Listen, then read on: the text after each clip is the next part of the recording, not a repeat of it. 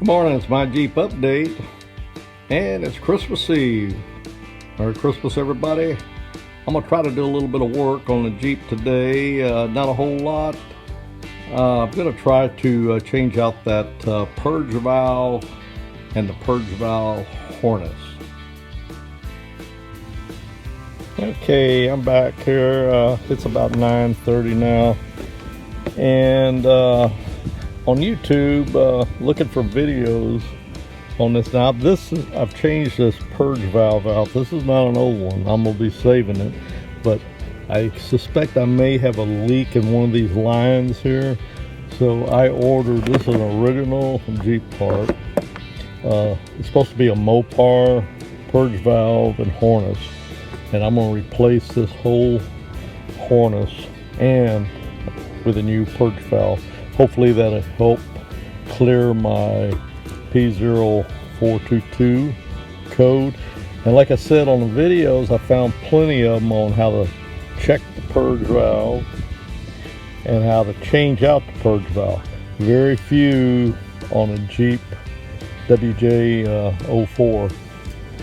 And I couldn't find nothing on the 04s changing out this harness.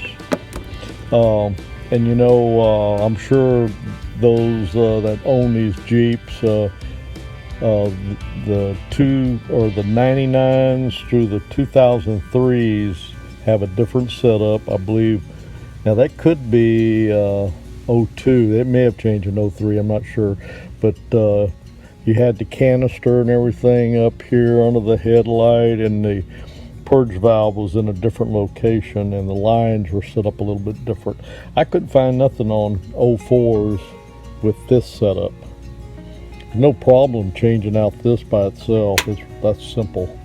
Anyway, I'm gonna go ahead and make a video on this, and I'm gonna try to get a little detail on changing these lines out, hooking them up. So those of you that are doing the same thing, it might help you. Out for now. Okay, I started by disconnecting the lines that go into the intake manifold here. See, I've already got that one off right here, and I'm in the process of pulling this one off. And these things have been on there a long time. They're really hard to get off, and what I'm doing, I'm twisting them off with these long handled needle nose. And anyway, that's what I'm working on right now. I'll update after I make some progress. Out.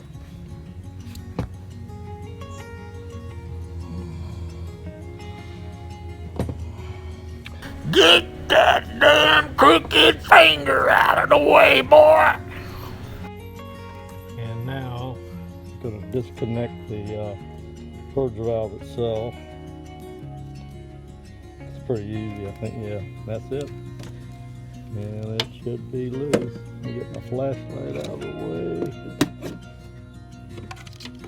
way. Something else still. Okay, here's the old one. I was wrong. There was no other connection. I do have another connection on the new one to make though, and I've got to find out where it goes. Out for now. And it's my Jeep back with you, and I've got the new one installed. This one here just slips down into place. There's nothing to it, and you can see I just after I pull the old one off, I just install these two lines, and I've got the lines down there that go into the intake manifold. Okay, let me see if I can. I showed you where I pull those two out. One right here, I see my finger. That one. See if I can find my finger. And right here, below that sensor. This was pretty easy to install. I think I'm going to check it. I did some taping here and there where I found some wires that a loom was not quite covering. And I've got I put this on. Let's see where.